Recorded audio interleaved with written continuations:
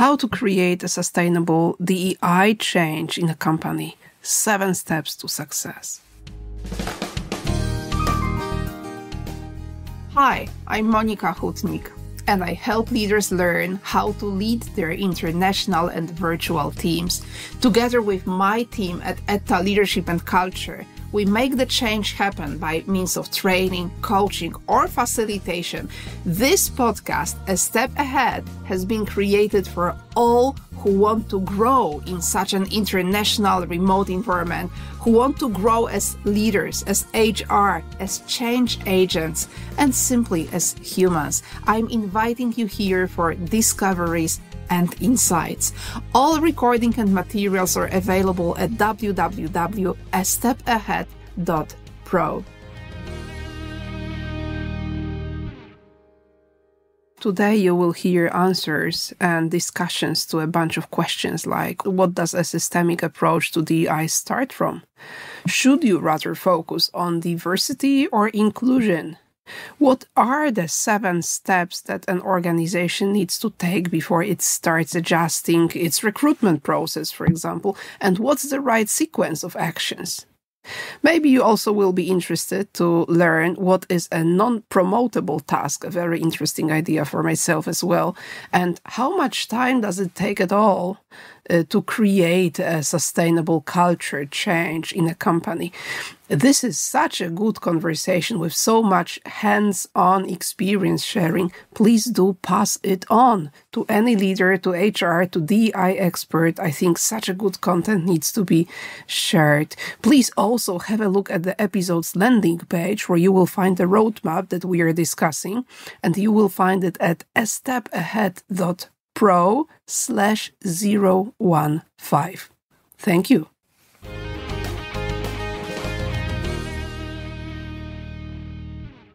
We all have recognized that diversity and inclusion is such a crucial area in companies. And I have seen many companies really taking many attempts to address this area in the relevant way.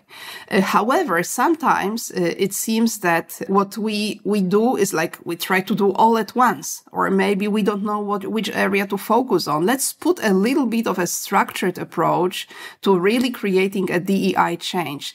Today, I'm having a special guest who can tell us a bit more about how we can really put a little bit of brain into all our hard attempts and how to apply this structured approach to creating DEI change. Kasper Jelsbech, welcome. Kasper, you actually have dedicated a big part of your professional life to diversity, equity, and inclusion. As far as I understand, you've been doing it for many years now. So what brought you into this area and what do you do? Okay, so first of all, Monika, thank you so much for inviting me to have this conversation with you. And I got into the DE&I field it was roughly 10 years ago, I think. I was finishing my PhD in anthropology. So I'm an anthropologist.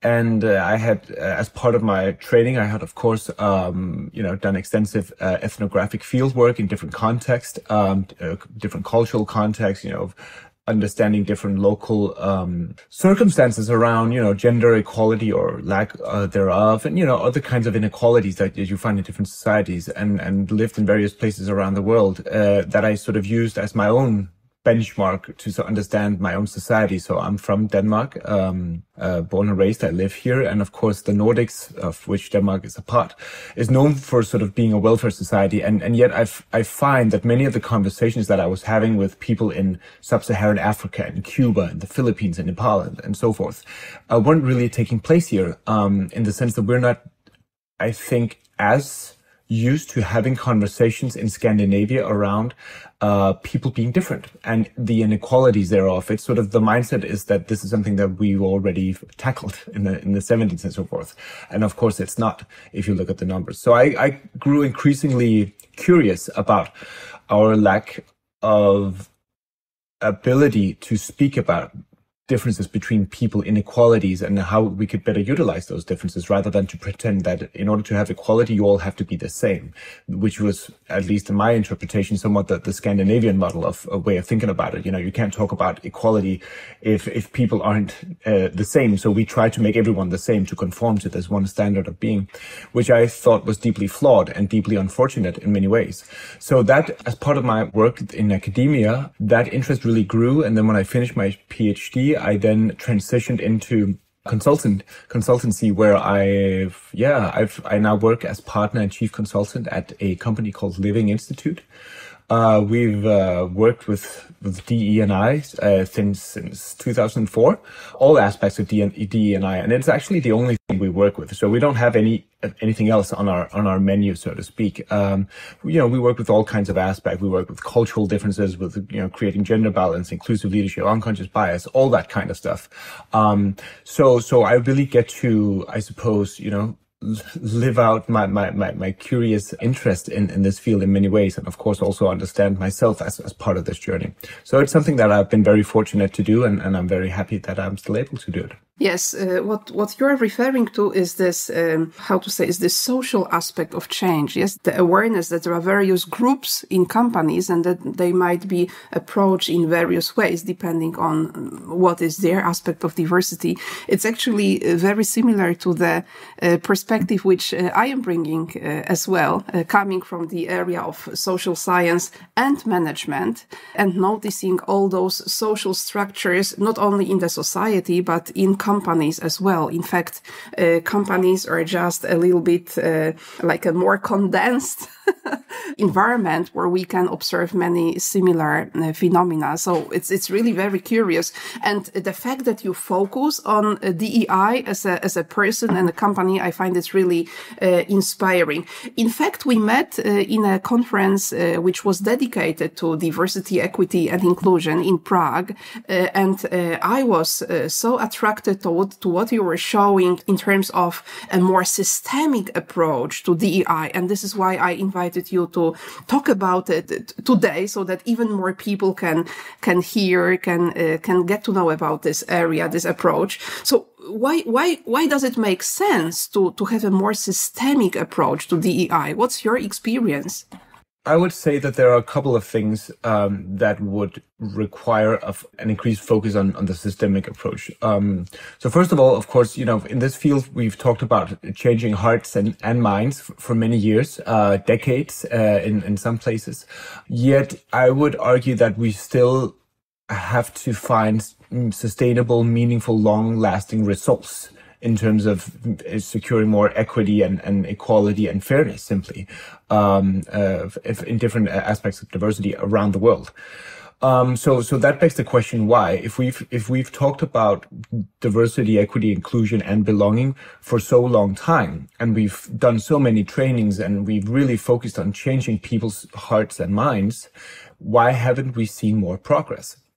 And I think part of that is precisely because we have focused almost exclusively on the individual, again, a person's heart and their mind, right? Their sentiments, their motivation, their awareness of their own biases and why they should do this and so forth, which is of course part of what we need to do. But it has come at the expense of understanding, more systemic factors. So what does that mean? Well, systemic factors mean that, as people, as you rightly say, in corporations, for instance, we operate in these condensed microcosms of society, right? In different ways. We have those structures that guides us. There's certain ways that we recruit people, certain ways that we promote people, develop their competences. We give certain people advantages that we don't necessarily give to others, et cetera, et cetera. But these are not necessarily can be reduced to just one person, that person's individual behavior, their mindset. It's something that's built into the structures around us, right? Just as we have laws and regulations that govern our society, so too is our behavior guided by these processes that we structure in our corporations and our organizations. And so one thing is changing our individual mindset, but oftentimes people who do that, they find that they sort of, hit their head against the wall continuously because they might want to change, they might want things to be different, yet they can't because there's some forces around them that really limit the capability of change in their setting. And of course, this is what we need to do. So part of the answer is why do we need to take a systemic focus is, well, first of all, we haven't seen the results that we want, regardless of whether or not we've talked about this, and we've talked about it quite a lot. So that's one aspect. But I think another more pressing is that, of course, the reason, 10 years or so, we've really seen these movements being sparked around the world. Black Lives Matter, of course, would be a notable example. Me Too, Time's Up, and these type of things where the key focus now is really that their injustices are built into the very fabric of society, and our organizations. And in order to create meaningful change, we have to rethink the way we structure our interactions as people. Given the cultural context we are in, given the laws and the regulations and how we operate, how we do business in different markets and so forth. So I would say these two aspects, the fact that we haven't seen progress, or at least meaningful, long-lasting progress, and the fact that we are now living in a time where social change and the movement for social change is increasingly pronounced around the world. So I think those are the two major reasons. I am fully in line with you. I can see so much expectation and even pressure, which is put on an individual person in a company. I personally work mostly with managers, and I see how much of an expectation there is put on their shoulders, that they become open, that they create inclusive workplaces. And obviously we learn how to do it. But at the same time, if the environment doesn't help, this inclusive leadership to be in place, you can't do much as an individual person. I even experienced this myself in my corporate past, that there was a certain moment when I was, attempting to change something, but I discovered I was too small to do that. Whatever my skills, whatever my attitude, even whatever my internal network in the company, without a certain strategic approach, a structured approach, we cannot change the whole system as individuals. And I think this level of conversation is so much needed in the diversity, equity, and inclusion area. Otherwise, we only end up with frustration and looking at each other as if we were not enough.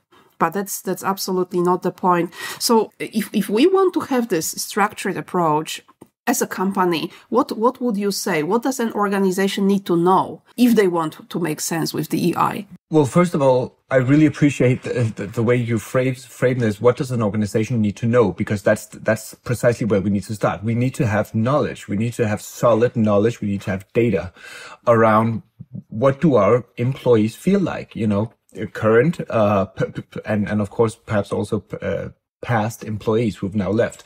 How have they felt the sense of inclusion? How have they felt our commitment towards diversity, equity, inclusion, and so forth? We need to understand what is the culture like, what are the systemic barriers that people face, and not just the systemic barriers in the sense of talking about, processes and regulations, but more so also the behavior of, say, managers, as you say.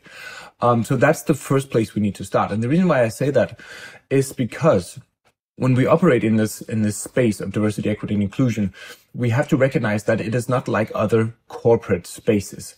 It's not like discussing necessarily, financial results. It's not like discussing new customer markets. It's not, talking about product development. Because there are so many emotions tied to this agenda, so many lived experiences and fear and frustration and, all kinds of things that's tied to this, which often, creates a kind of murky water that we have to swim in.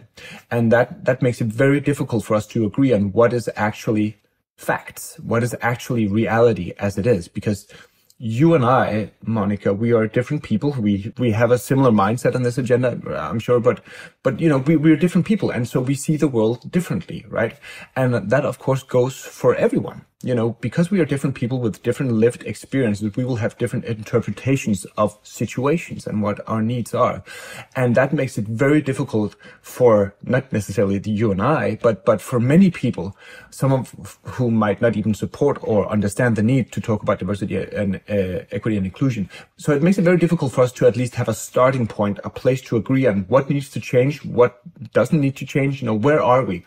So in order to do that, we have to agree on valid, factual, good quality data about how do our employees feel, what do they say, what do they experience. And these, of course, will be subjective, of course. So you need to have valid, statistically valid, quantitative data coupled with qualitative data that really allows us to get a shared understanding, a shared perspective, and a shared viewpoint of where do we need to go from here. So it starts with that. And from my experience, what I notice is that sometimes when you discuss this fuzzy, soft stuff with especially people in the leadership positions who have been trained for so many years to rely just on data and to put the emotions away just to look at data. And maybe they even got detached from their emotional level and from looking at within themselves because the analyzing data is really so important at higher level of a company. So I'm fully in line with that. So if you talk, about this fuzzy stuff, like we need to create more equal workplaces or we need to look at diversity, it seems to be very untouchable in a way, yes, unfeasible. So I'm showing this one additional layer of why data makes sense. Now it tells something about your company, your organization, what really might be an issue here. That's how I understood you. Is this correct? Yes, I think so. Some places more than others. Again, when I described my background before, I said in Scandinavia we tend to struggle more articulating differences between people because we really don't like that very much. We think it's a hindrance towards equality, and so some societies, some companies will find it easier to talk about this because it's for some people it's more built into their DNA as an organization to be diverse, and so it's easier to talk about. Whereas others, maybe not so much. So I think depending on the context, you can have, headwind or what's it called, tailwind, when beginning with this. But I think for everyone, reality is that people will have different personal opinions about the subject. Some will be, when we work with leaders and organizations, this is a rough estimation, we roughly say, there'll probably always be somewhere between, 20% of the population of employees or managers, whoever we're working with, 20% of them will be highly in favor of this. They will be motivated. They might even be a bit impatient about, come on, let's do this. We've talked about this for so long. Now let's get moving, right? These would typically be people who have experienced things themselves, discrimination, whatever it might be. The classical one would, of course, also be the male manager who has daughters. People who somehow have a personal understanding of the fact that we don't necessarily treat everyone the same. They will be pretty impatient about it. They will be the ambassadors. Then we have 20% in the other end who will be active opponents to this agenda.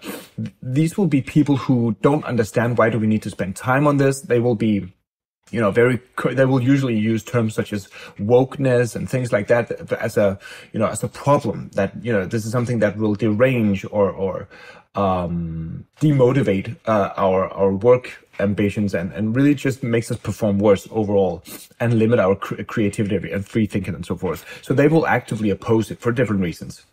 Some, of course, see it as a zero-sum game. Typically male managers, whenever they hear the word diversity, some will say, well, okay, so that means I won't get promoted until, 10 years when we finish this whole diversity thing.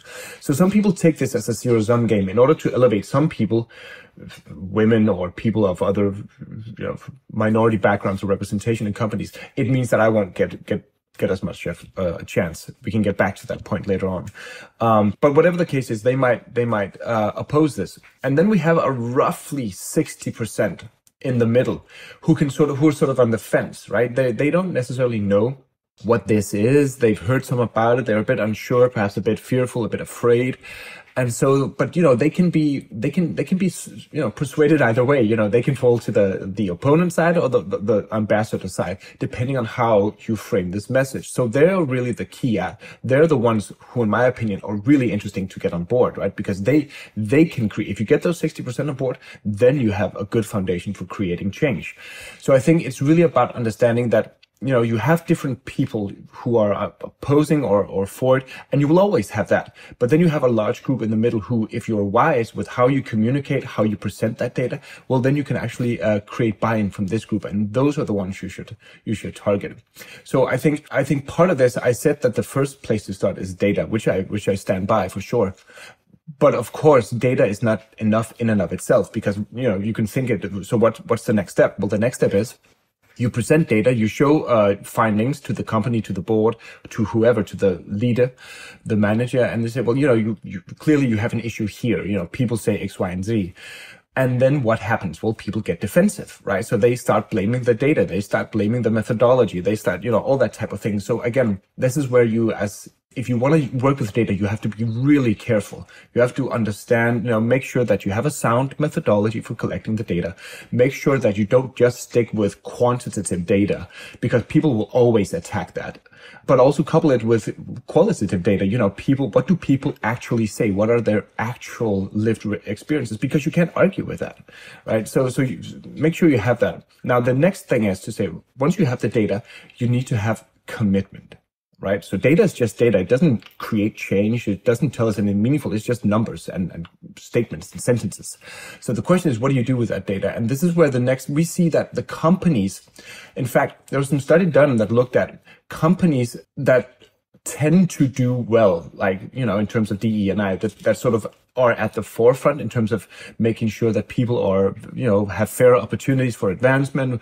We have diverse representation at all levels and high levels of inclusion and so forth. Those companies that are at the forefront, one study found that the CEO was nearly twice as likely to communicate the value of why DE&I is important compared to those companies that were at the bottom. In other words, lagging behind in terms of DE&I. In those companies, typically the C-suite leaders and the CEO were not vocal about it. So when I say commitment, it means that you have data, you have good data. You then make sure that the C-suite leaders, the CEO, the directors, whoever's in charge, right, takes accountability with this data, says, all right, this is our reality.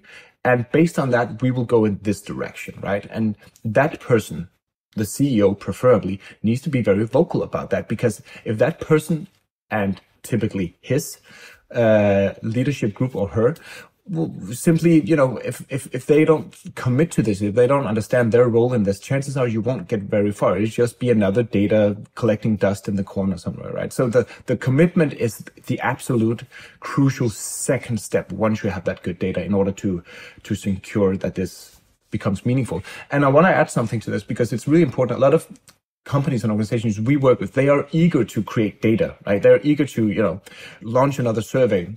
But think about this for a second. One thing is that many people might have survey fatigue, which is understandable. But the problem is also that if I have experienced something in the workplace and finally, my company launches an inclusion survey, right? Now I get to anonymously share my experience, tell what I've actually seen, and then nothing happens. How do you think that will, make me feel, right? I will not be motivated to believe in the commitment of DE&I in my company. Perhaps I will not even be motivated to continue working at my company, because it's not taking me seriously. It's window dressing, as we call it.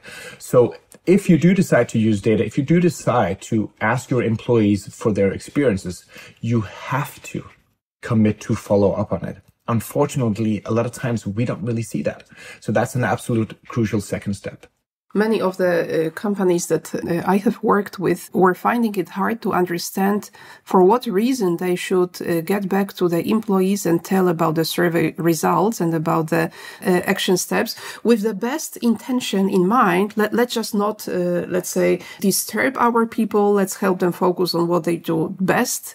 We are taking responsibility for bringing the change. But just as you said, I really loved how you talked about addressing the 60% of employees in a company on average, obviously. I think we tend to look at the 20%, which are the opponents, yes, which are the active opponents of the DEI, which are not feeling comfortable about that. And I also agree that it might be, a mental mistake, a strategic mistake to do that, because it's also natural and it's also diverse to have opponents. Yes, I think it's a natural thing in itself. Let's focus on on the people who have not yet taken any side or any stance, or who have not had a chance to get into this area. And one of the ways to do that is to get back with data and take a commitment. I'm actually having a very good example of a top leader, yes, the CEO of a company, who is the role model for others, even much more than the middle management, actually. It's a big Polish-German enterprise. It's a family-owned company, and this guy actually is a member of the family, as it's frequently the case.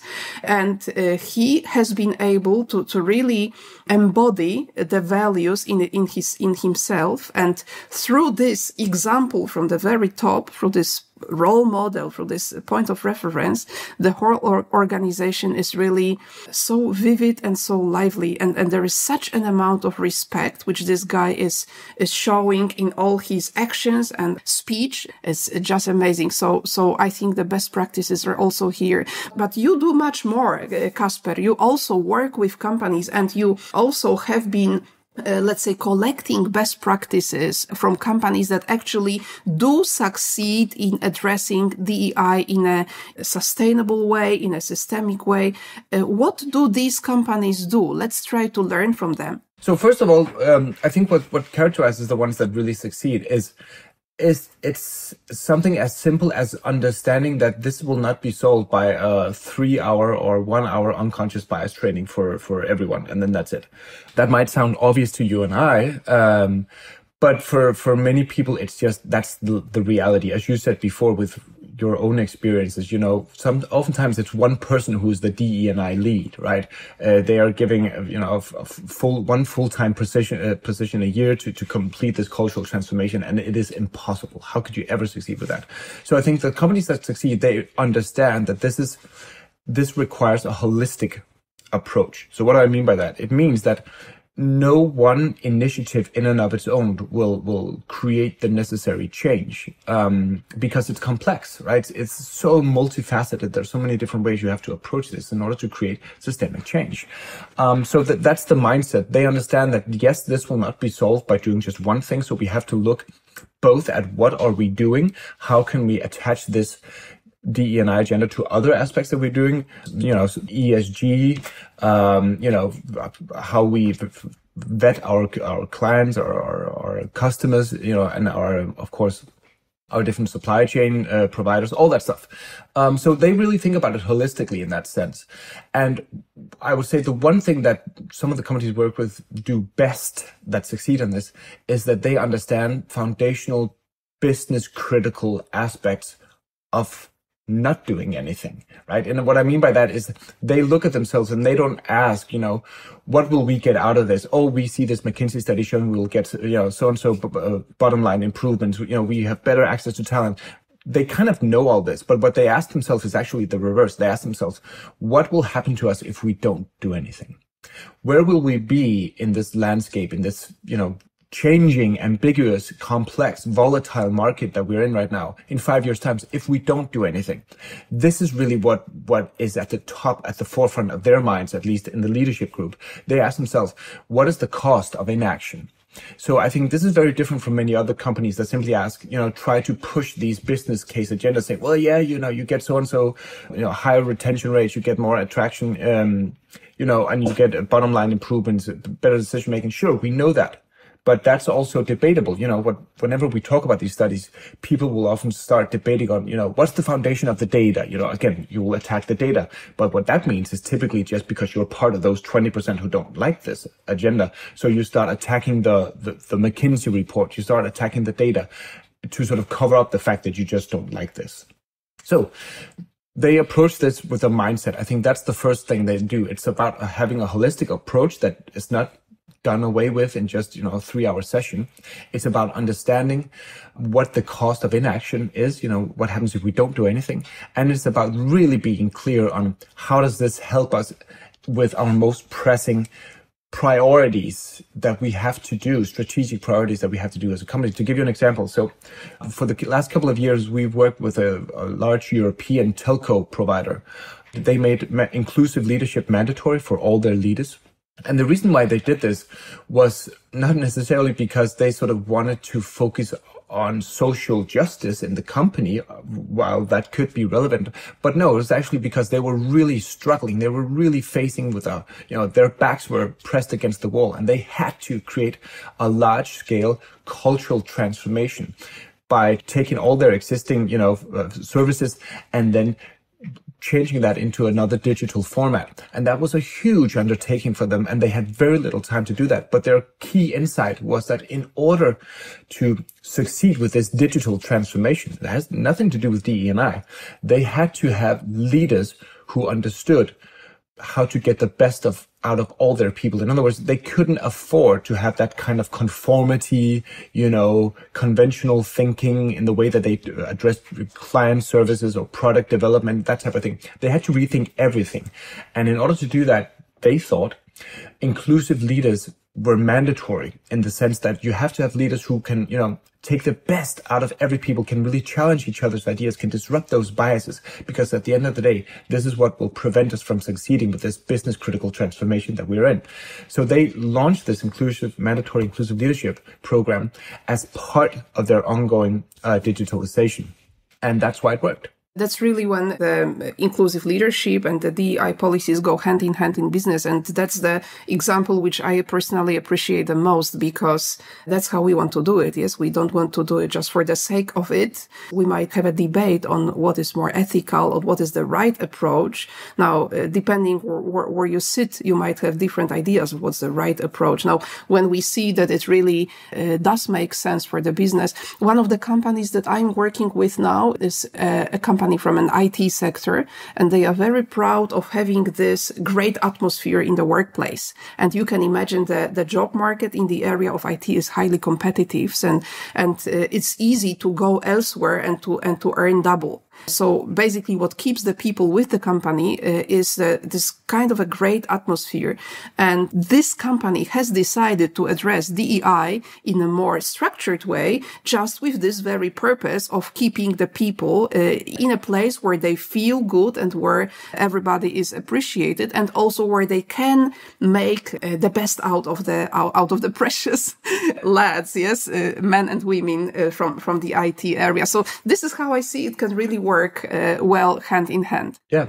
No, for sure. I mean, and again, I think the key thing here is, just because you're already doing well doesn't mean you're home safe. And that's what often characterizes not just companies who fail at DE&I, but I would argue companies that tend to fail overall, is that they see good results and then they think, we've made it, we're dominant, It's a process, isn't it? It's a never ending thing.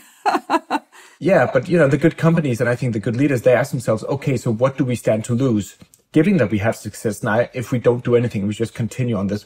And of course, as you say, you lose your employees, because competitors, they for sure are, anxious and motivated to get their unfair share of talents. So we need to step up our game as well. And basing on your many years of practice and your experience as a business, as a company, you also created a certain roadmap which might serve as a recommended sequence of actions in the area of diversity. I was very much interested in this when you presented this in Prague. Would you please be willing to discuss that a little bit also with to the listeners of this podcast? It would be lovely. Of course. And given the fact that this is an audio podcast, maybe we can make the roadmap available to people afterwards for download. We are happy to provide that. Yes, I can provide it on the landing page of this episode. Okay, sounds good. So in any case, this is a roadmap we created at Living Institute a few years back, because we recognized that so many companies were just, paddling hard but not going anywhere. So we really tried to look at what do the different studies from around the world we could find at the time say are meaningful initiatives that actually have an impact. And secondly, what do we see in our own clients? When we're out working with leaders and companies globally, what do we find works, and what doesn't work? And so we created a roadmap consisting basically of 13 initiatives that are highly effective if implemented in the right order, and not necessarily that difficult to implement. And then we also, compiled some of the key initiatives that we often find are being and have been implemented historically, but have no effect or worse or counterproductive effect in terms of creating more diverse representation of different people throughout companies. And so, I can briefly run through what the core of this roadmap is. So you have these 13 initiatives, right? And the core point, the mindset that you should think about this is, again, it's not about doing one thing that will change everything. No, it's about thinking holistically, saying, it's a journey, right? We start one place and then we go through different aspects, different initiatives to cover the different dimensions of this cultural transformation. And then we avoid the pitfalls along the way.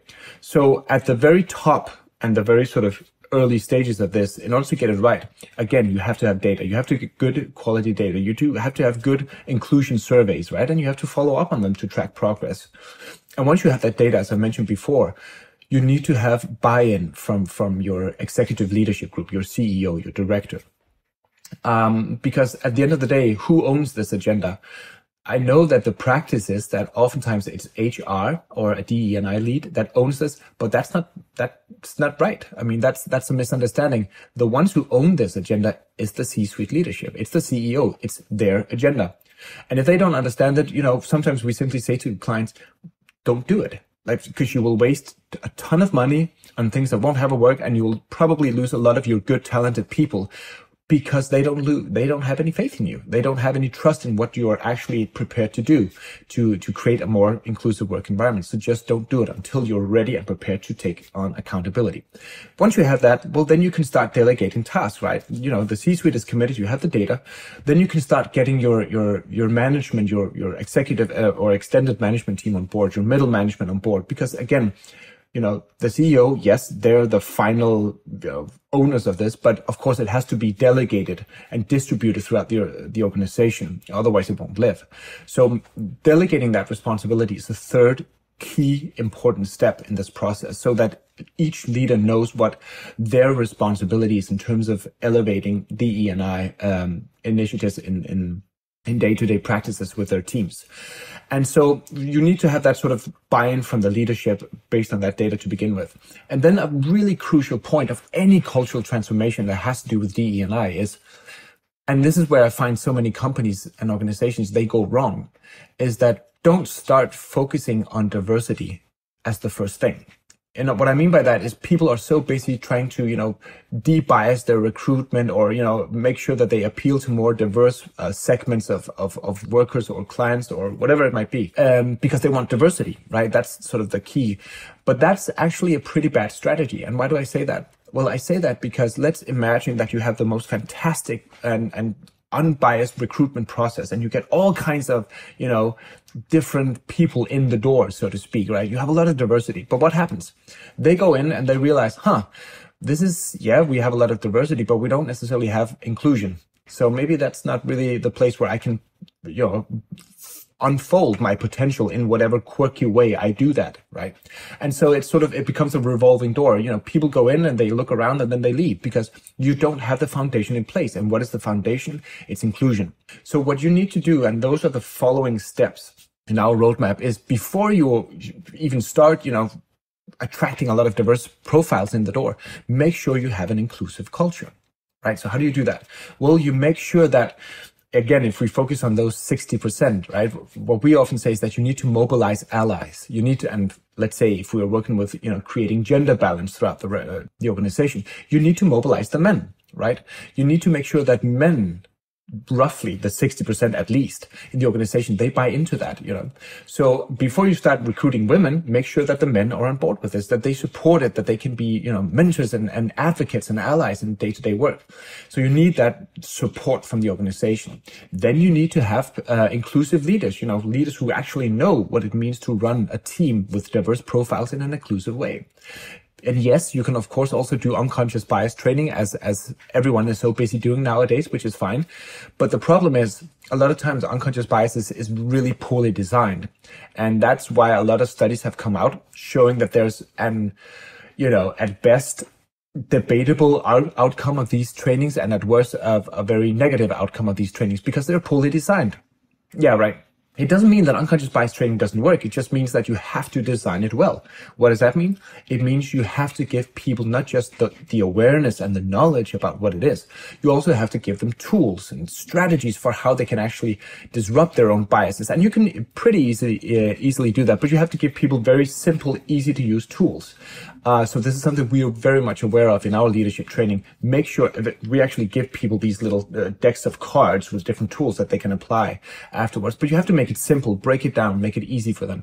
Then you can have effective bias training. So those would be some of the core aspects of creating a culture of inclusion. Make sure that you have the tools to disrupt biases. Make sure that you have leaders who can actually manage inclusivity, and make sure you have overall buy-in from everyone in the organization.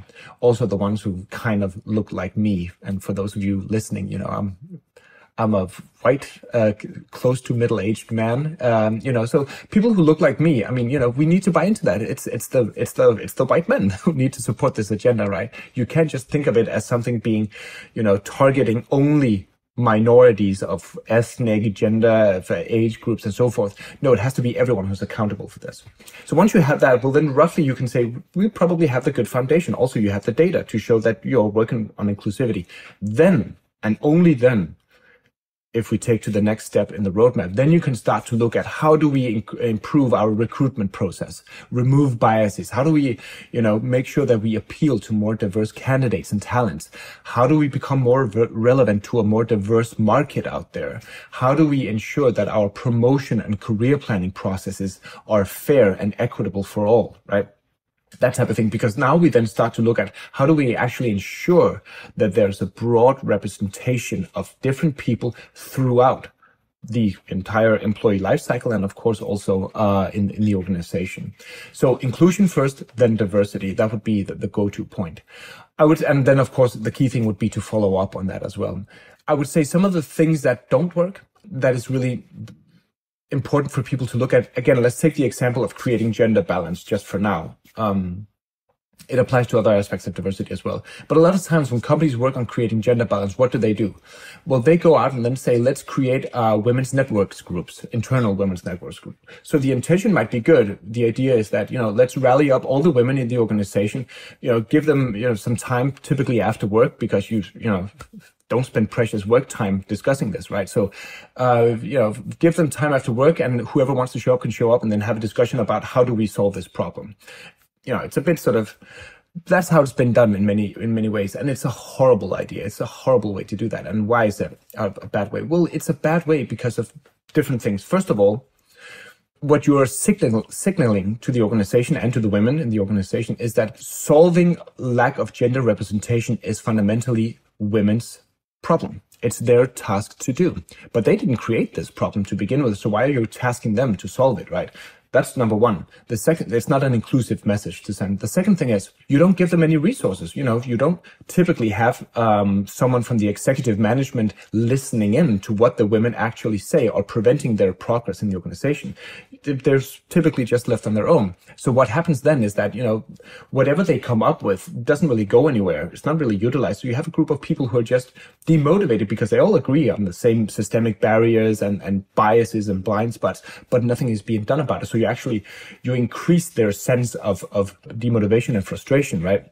And I would say the last thing to also consider is really, this is a really interesting concept that has been come out recently in a book called The No Club. It's this idea of non-promotable tasks, right? So, and this is something that a lot, I think, arguably, especially minorities and women will probably recognize, that working with DE&I is often a major non-promotable task.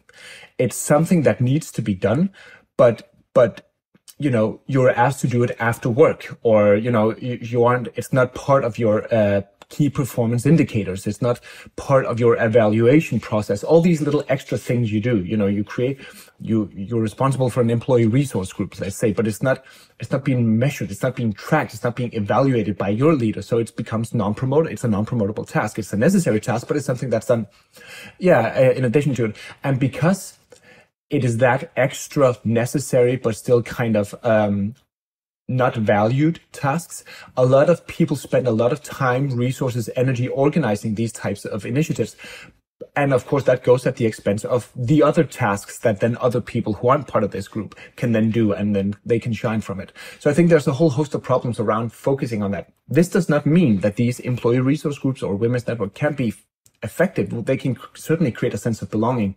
But if you do use these types of networks and groups, make sure that you have accountability, that whatever they come up with in these groups, it is channeled back into the key decision makers who can then take that knowledge and that understanding, that feedback from the group, and implement it, utilize it to create change. So those are some of the initiatives that actually don't work. So again, that's part of course, any roadmap is to make sure what initiatives are effective, in what order should they be implemented, and what are some of the initiatives we need to be careful about if we want to implement it. And I love this approach, really.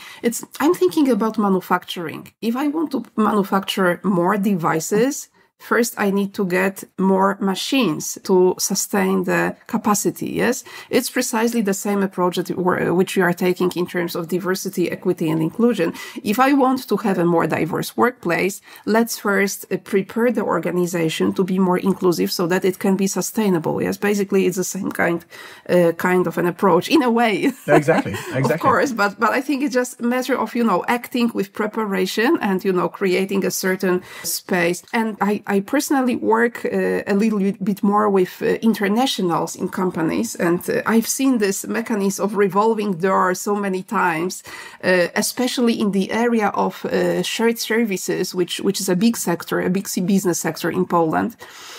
You want to have people who speak a number of languages so that they can service international clients. So international employees are very attractive, but I've seen many organizations which are very well able to attract those internationals, but are not able to keep them, even because of the simple reason that when you have a team meeting or when you meet in the company kitchen, the dominating language of conversation is still Polish. It's just a tiny element of a company culture, but it just kills any, kind of an international flavor. And you always feel excluded when you are an international. Even if you make an international club, I'm now making a reference to this women's club, it doesn't change your situation because the majority of the company speaks Polish anyway. One of those simple reasons which are not easy to change, because it's about each and every employee who decides to be inclusive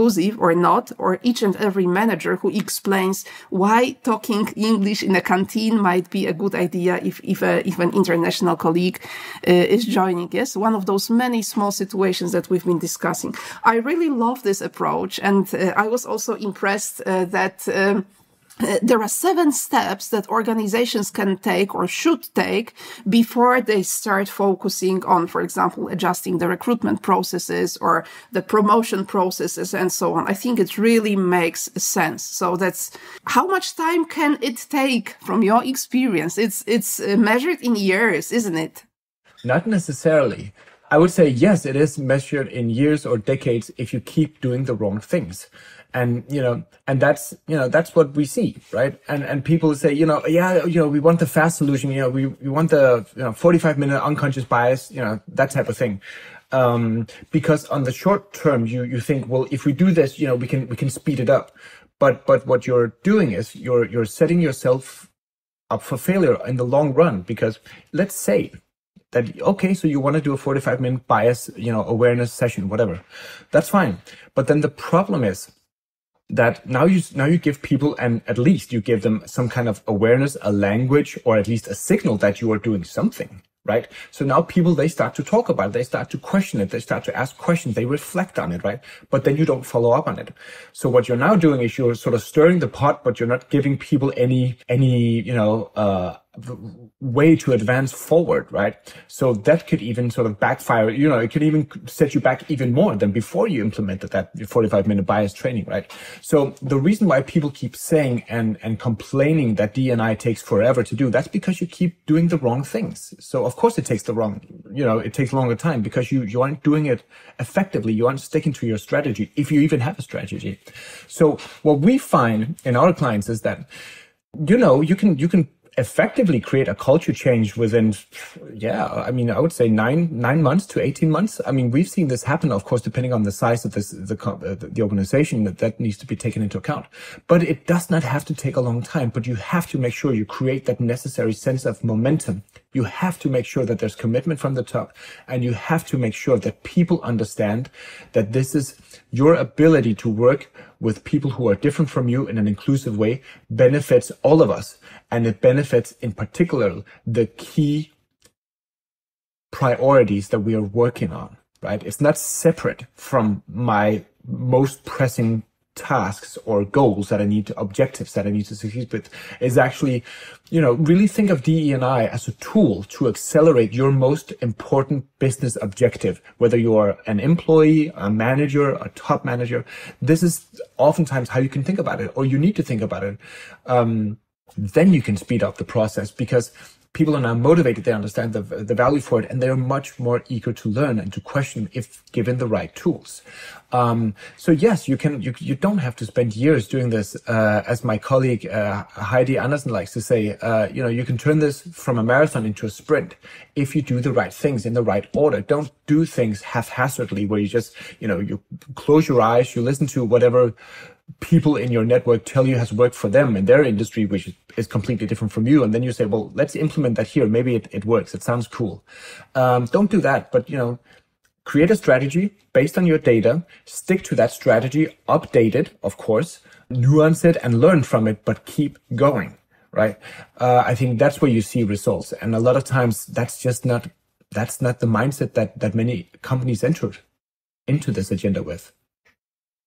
And that's when it takes a long time. I'm so sorry to let you go, but because of our time, we need to be closing soon. So just my last question. What are you wishing for yourself? What are you wishing for your company maybe, or for this area of diversity, equity and inclusion? My biggest wish right now is that we find a way to talk about and work towards more diversity, equity, and inclusion in our societies, in our organizations, in a way that is not as polarizing as some of the trends that we find right now seem to indicate, unfortunately. I hope that we can find a way to talk about this and work with it in a way that doesn't necessarily force us more apart, and creates tensions and friction and all that stuff. But I hope that we can find a way to really, because this agenda is not going away and neither should it go away. But I hope that we can find a way to work with it in a meaningful way, to help us learn and grow, because as companies, for sure, we need that.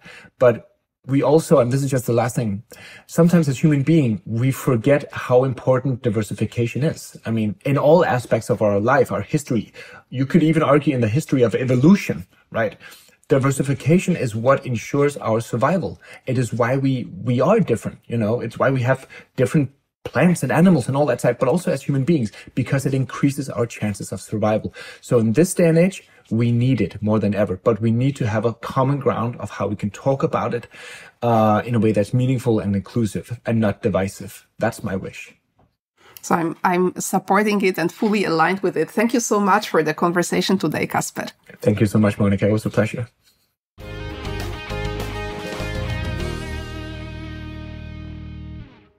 Okay, so on this episode's landing page, you will find this DEI initiatives implementation and effects roadmap, and just type into your browser astepahead.pro/015. On the same site, you also will find a link to Kasper's profile and his organization Living Institute. And just like I said in the beginning, I believe this is such a good conversation with so much learning and hands-on experience sharing. Please do pass it on to any leader, to HR, to any DEI expert that can benefit from it, I think. Also, I would recommend many of the other episodes that I have already available in my portal and in my podcast. For example, how to craft a DEI strategy that makes sense, a very structured approach to creating strategy, conversation with Sarah Cordivano, who was at that time taking care of DEI at Zalando. And you go for astepahead.pro/006. Or this other episode about Gen Z, Generation Z, and the tech shame, the technological shame, with Marta Leszczyńska /013. That's where you will find this conversation. And I think a common thing for all DEI and all leadership-related topic is the psychological safety. In my podcast, I've been discussing it specifically with relation to a virtual team with Katarzyna Romanowicz, and you will find it at an episode number 3, astepahead.pro/003. Talk to you next time.